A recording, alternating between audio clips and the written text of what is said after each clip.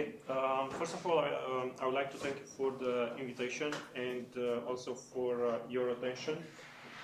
I apologize for the long title. It was not meant to read it. The only thing that I want to convey in this presentation is that the bacteria dynamics is really important. Some of you may already know this. Some of the things that I'll talk about is the fact that I want to emphasize more the dynamics than the structure.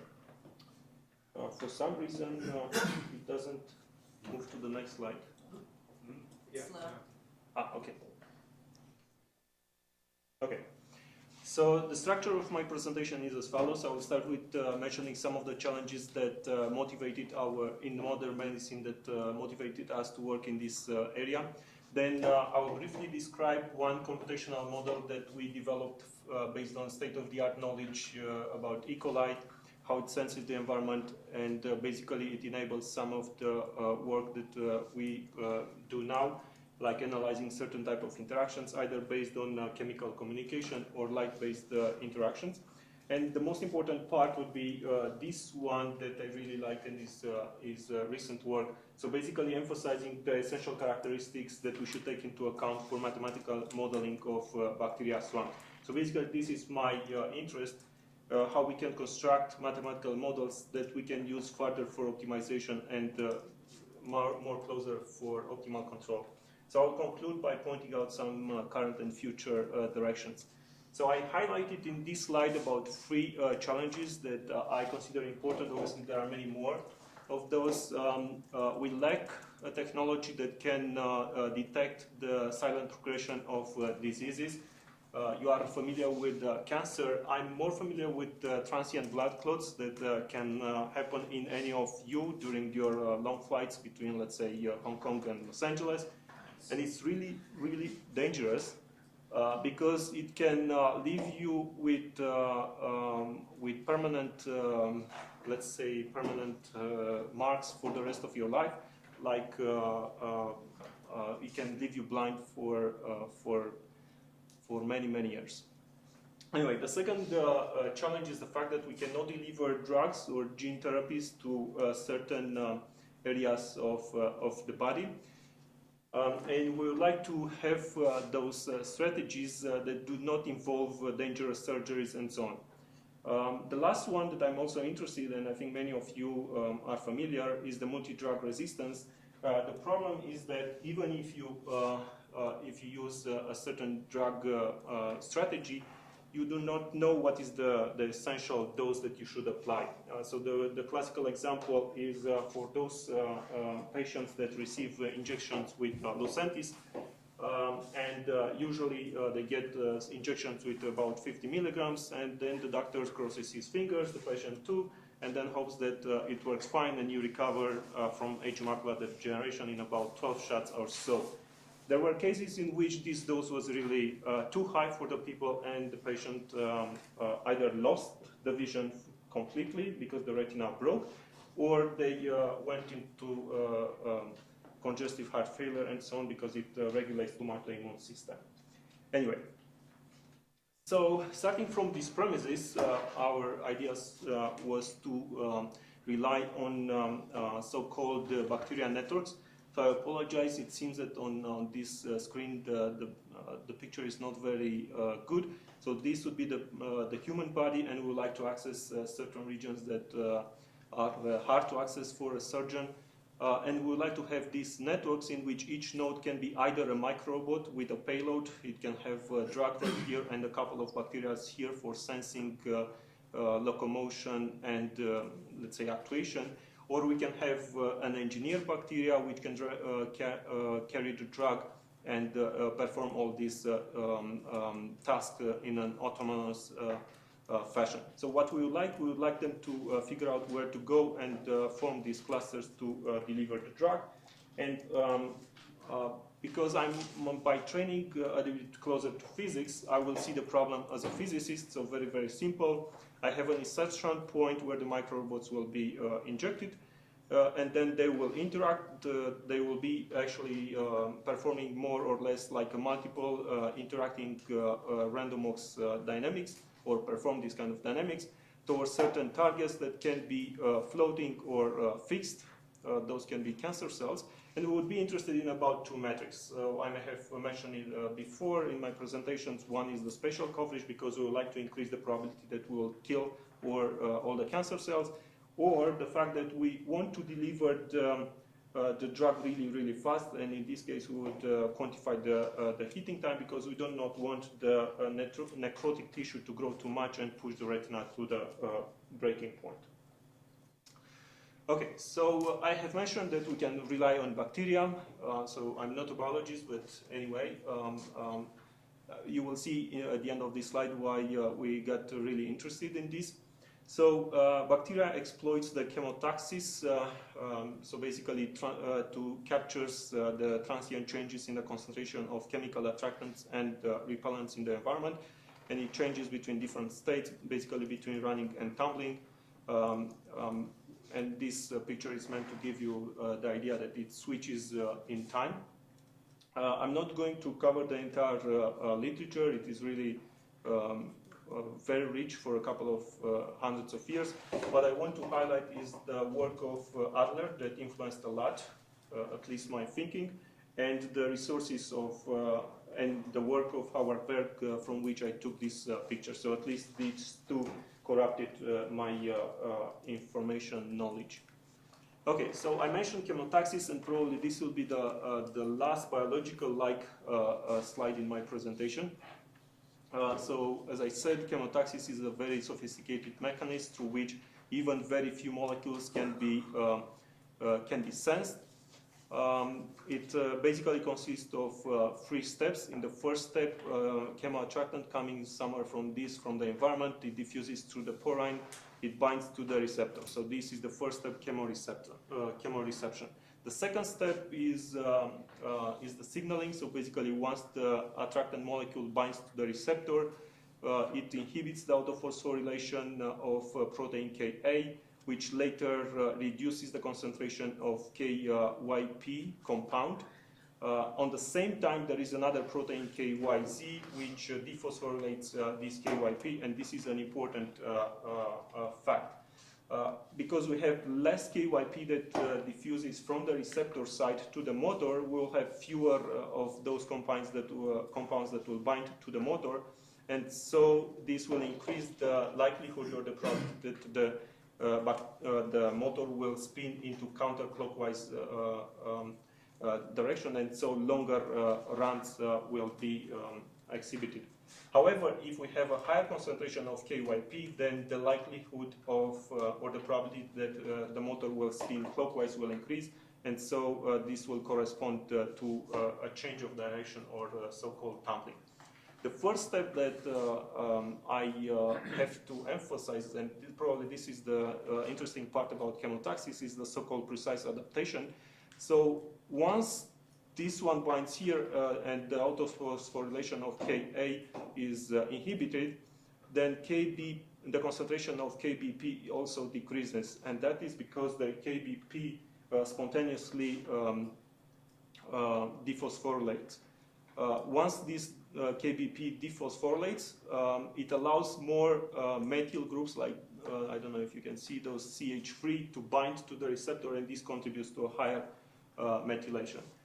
This higher methylation in turn will correspond to increasing activity of the autophosphorylation of Ka, and this will be brought back to the pre-stimulus level, and hopefully the bacteria will be able to sense again at a pretty much similar level. So I choose to show this slide because this particular paper influenced a lot when we started our computational work. So if you want to read it, I really encourage you. It's really nice. So as I mentioned, there are several receptors on the surface of the bacteria. We use the so-called Monod-Weyman-Changeau model, which assumes that the chemoreceptors are distributed in so-called clusters or cluster neighborhoods.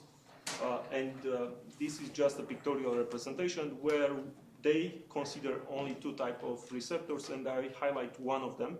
because will be important for the experiments that I will present. So the light blue corresponds to TSR receptor, which only binds to serine, and the dark blue dots, which are more visible here, correspond to TAR receptors, which accept or bind to aspartate, and this is the one that will play from now on. So you can see that when the attractant is binding, then the KYP goes down, the receptor activity goes down. We have a running, then the precise adaptation kicks in, and we have a tumbling, and pretty much a similar behavior will be applicable when you have repellent. So in the next two slides, I picked two examples which we show to verify that our computational model works well, so that we can move then to the study of the swarms. So the first one is the single cell calibration. So basically right here you have a picture that biologists have obtained, and actually comes from the work of Howard Berg, if I remember correctly. So it shows the tumble bias as a function of the KYP concentration. So as you see, when you have a low concentration of KYP, you have a running. When the KYP increases, a higher tumble bias, so you have a tumble.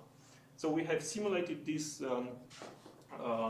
We have implemented the model. We have made a few changes, and this is the picture that we obtained through the computational model. So not only that the shape is closer, but also the error is almost negligible. There is one point which can be found in our paper. So we have to modify the model such that it captures the power law waiting times for the runnings, but this is just a detail. So then we looked at large populations of bacteria, and in particular to the autochemotaxis behavior. So we modeled the so-called synchronization process of a swarm ring of bacteria, or the formation of a ring. We started with a population concentrated in a region somewhere here in the middle, and we assumed that the entire space is covered uniformly with succinate. So the bacteria in this particular case are modeled such that they can sense the succinate, consume it, and create or release chemoattractant aspartate molecules. As you can see here, as time goes on, they deplete or they consume the succinate inside, and then they start consuming the chemoattractant molecules as well. So right here you have almost nothing, while on the edge of the ring you have more chemoattractant aspartate, and so it makes, and actually the succinate at the periphery and the chemoattractant released by them makes them move outwards. So in the end, what we obtained this ring formation, which resembles to the experimental results that Howard Berg and others have obtained in reality. So with this, we were happy that our computational model was doing or was getting closer to reality, but we'll see later, and I will emphasize one thing which I think we are missing. So just to give, yes. Is that a PDE, the solution of a PDE, or individual population? No, it is actually individual simulation of each cell.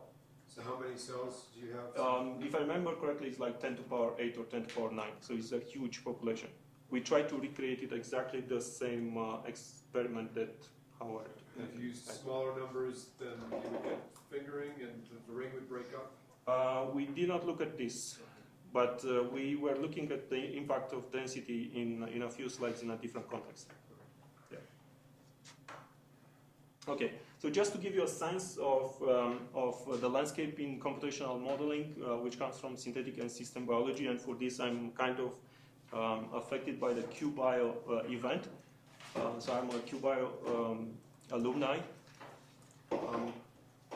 So basically, one of probably the first simulators is the so-called small time, which simulates the spatial diffusion of the molecules inside the cell. It is quite accurate, but it takes a lot of time and cannot be scaled to multiple cells. Then more recently, NFSIM and StochSim exploited the Gillespie stochastic simulation algorithm to keep track of the reactions within the cell. But we tried to use the same framework initially for simulating large populations of cells, and it was not scalable.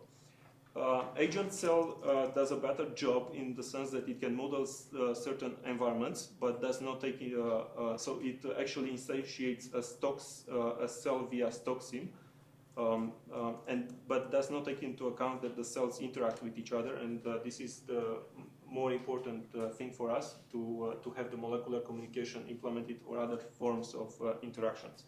There are some other simulators like this one that has some level of the environment captured, but does not take into account the interactions between cells, and it exploits the stochastic differential equation approach. There is a computational modeling framework which does a very good job for modeling complex 3D environments and various interactions between cells, but does a very poor job in capturing the intracellular processing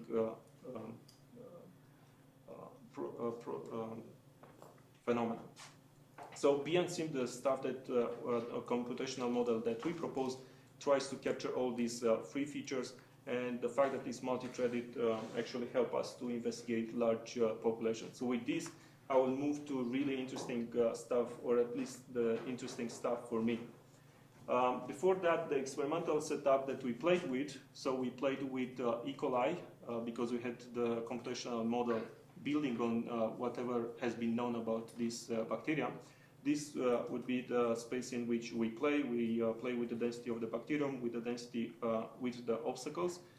And we also consider the Serratia marsensis bacterium, which we proved that has pretty much similar characteristics in dynamics with the E. coli. And this is a picture from how we tracked their trajectory. So basically, we track the bacterium trajectory and we analyze those.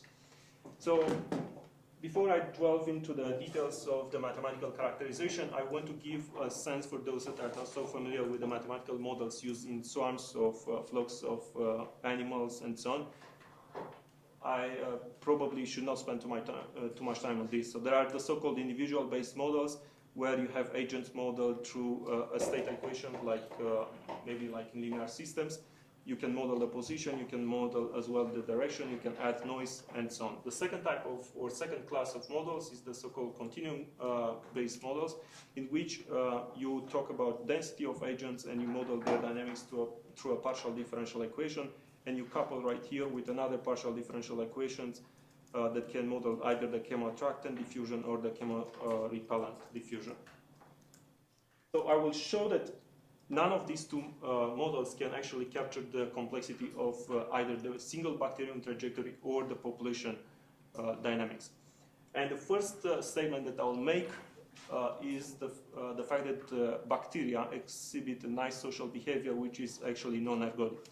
And this is the point where I went back to my physics formation, and usually when we have a process and we have to figure out whether it is ergodic or non-ergodic, we usually look at statistical moments and we compare the time average versus the ensemble average. So first we analyze the time average mean square displacement, the same stuff you can do it for correlations and so on, and some other higher order moments. And what we have observed is that for single bacterium trajectory, even if you do not have chemoattractant or obstacles in the environment, they exhibit power law behavior of this form, and what is really important is this exponent which is higher than 1. So this implies that the bacterium exhibits a so-called super diffusion behavior. Yes? Sorry, but didn't we, in some sense, I would say, anticipate this from Philippe Clausel's result of the motor, the 1 over F noise in the motor, that the motor spends has long tail probability of spending in run state and an ensemble state? In a way, yes, because that will dictate that the bacterium will basically have or follow more or less like a continuum time random walks. However, my approach is to go back to the real data and see how close the bacterium trajectory gets to the continuous time random walk. Because there will be certain features that the continuous time random walks will not capture. And we'll see this in about 2 slides. Yeah, but this is a very good point. Okay, so this was done. Then the second step was to look at the ensemble average mean square displacement. And again, we see this super diffusion behavior with a different exponent. And whenever we compare the two, we observe that for many, many time points, the time average and the ensemble average are different. So we have to deal with non-ergodic behavior. Sorry, I'm confused. Yes. These lines are supposed to be slope 144 and 149. They don't match either the blue or the green lines, right? I mean, So this line, the red one, the dotted line, is drawn by hand. If I put it, the line here was not visible. What is actual slope plus or minus with error bars? I mean, are they actually different? Even with the error bars, they do not get close.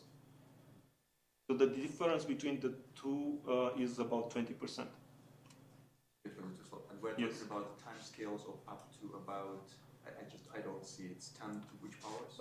I think here is 10 to power 2 and here 10 to power 2. So we're talking about 10 tumbles? Maybe 20? No. These are seconds, so there are like hundreds of. 100 seconds, it would be about 10, 15 runs, 10 to 20 runs and tumbles, right? Yeah, approximately.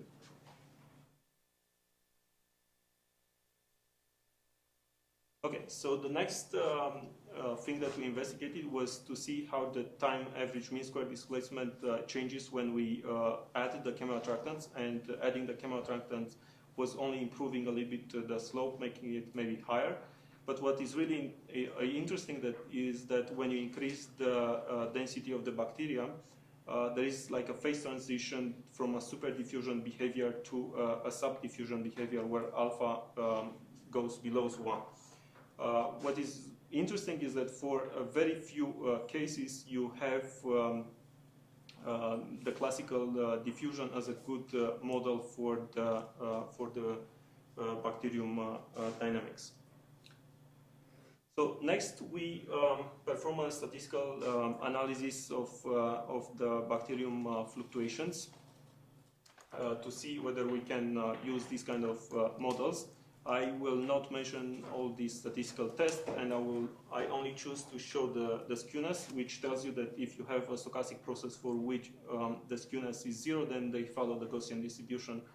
So in this particular case, irrespective of the density, or at least for many of the densities, without or with camera attractants and without and with obstacles, the skewness was presenting a divergent increasing behavior. So this is skewness of what? The skewness of the bacterium displacement, so basically x minus. After how many seconds? This is done after at least 1,000 seconds. So I have to check if this n is 1 second or is more than 1 second, because we simulate it for longer times. But it is at least 1,000 seconds. Okay. So this tells us that something that maybe we have expected, that we cannot use these kind of equations to model the single bacterium trajectories, neither the center of mass of the swan. Now, I want to spend probably a few seconds to mention some of the work, and I apologize if I did not include pictures from everyone. I was really influenced by the work of Ben Jacob.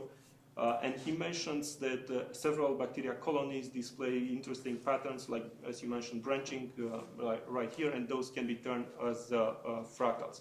I'm interested to see how these structures come into being, and here I'm actually looking at dynamics because I believe that the dynamics will contribute to this one. So I want to play with the interactions between cells, the interactions between cell and environment, and see how this will lead to different patterns. I do not have a conclusive result, but I'm working on this. So first, just to clarify what I understand by a fractal, a non-fractal object is one that does not display any self-similarity under the magnification operation, like this Euclidean object. A fractal is something that displays some self-similar behavior over a wide range of scales. In contrast, the multifractal that I'm going to talk about next is something that if you cut pieces from here, they will have the cell similar property, but characterized by a different fractal dimension, like one fractal dimension here, another one here, and so on. So you have an example of a fractal or a multifractal in space right here that would correspond to whatever Ben Jacob observed. But what I want to look at is at the multifractals in time, because this will dictate the type of the dynamics that I have to model and the type of the time derivatives that I have to use in my mathematical modeling. So moving forward, just to clarify what I understand by a fractal dimension, this is the ratio between the logarithm of the number of pieces that I need to use to cover the entire space, and obviously I try to use a minimum number of those over the logarithm of the magnification factor. So in the interest of time, on the left hand side we have examples of Euclidean objects which are characterized by integer fractal dimensions, and although they have some similar property, in this case will not be considered fractals. On the right hand side we have several examples of fractals, like the famous Cantor set, and maybe this number may be related with the efficiency. Anyway, the question would be how we can distinguish in data between monofractality and multifractality, and these are two ways. One is to look at the higher order moments of order Q and see if they display a power law exponent, a power law relationship with time, like here, and if they display a linear, if tau of Q has a linear dependence, that we have to deal with a monofractal. If we have a nonlinear of this form, then we have a multifractal. Another approach is to compute a multifractal spectrum, and if we have more or less like a delta function here, then we have again a monofractal behavior. If we have a rich distribution like this one, then we have to deal with a multifractal. So the same approach for tau of Q of linearity versus non-linearity can be applied for characterizing the generalized Hurst exponent. So when we computed the generalized Hurst exponent for the single bacterium trajectories as well as for the center of mass of the swarm, we have observed that it displays complex, let's say, nonlinear behavior like this one. What was interesting is that as you start from small densities and you go to higher and higher densities, the level of, let's say, complexity decreases. So as you see from this curve blue, it goes all the way to almost a straight line, so from multifractality to monofractality. However, this transition is not monotonic, so after a while the spectrum increases and then decreases, and we will observe this in the next pictures as well. So then we included obstacles, and we try to see what is their impact on the spectrum or the generalized Hurst exponent. And as you can see here, whether we, so if we did not assume any chemoattractant and we added the obstacles, then the generalized Hurst exponent was shifted but was shrinking. This also translated into a shrinking in the multifractal spectrum from nice spread like the red curve to the more shrinkage version for the magenta. When you add the chemoattractant, you had the opportunity to compensate for this shrinkage. Now we were expecting to observe the same behavior for the real experiments with SMR senses. However, we observed a non-monotonic behavior right here, which we have seen before. But for the case when we added the chemoattractants, we observed that when you increase the bacterium density from this value to about this value, the generalized Hurst exponent was not shrinking, was actually increasing. So we were not able to obtain data for fewer for smaller densities because we had problems to track with our technology.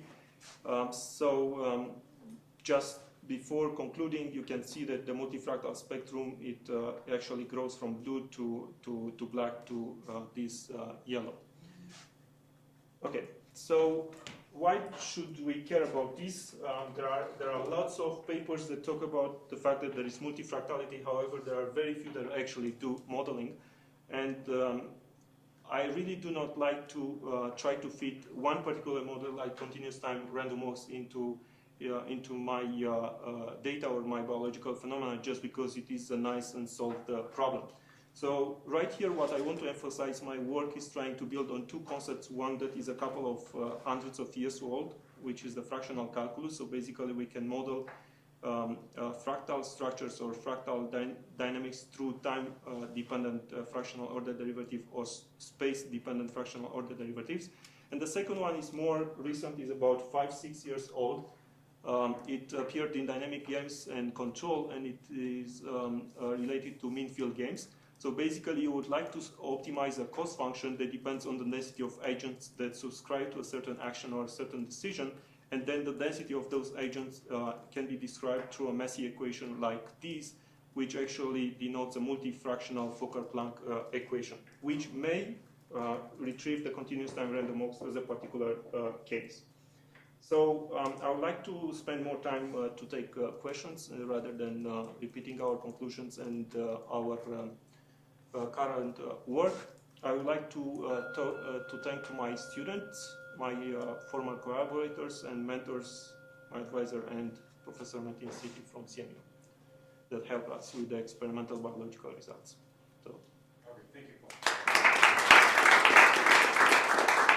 Why don't we set up the next speaker while we get a question or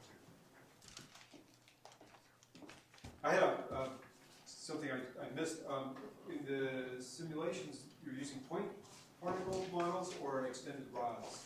Does this make a difference in the pattern? Extended because we wanted to take into account also the volume exclusions. And how do they, you showed the landscape of the different kinds of algorithms that are available. I know Marc Albert has done some work on a similar scale with intracellular as well as cell-to-cell coupling. And using the volume exclusion as well. I think that may be in a 2D geometry, and you were. Yes, I was looking at 3D geometries because they were, when we started, we actually tried to look at complex biological geometries and arteries, and I think they also looked recently at this, at characterizing the diffusion through, let's say, blood arteries and so on. I'm not very familiar with the work that you mentioned, but I can give you that. Okay, maybe we should move forward.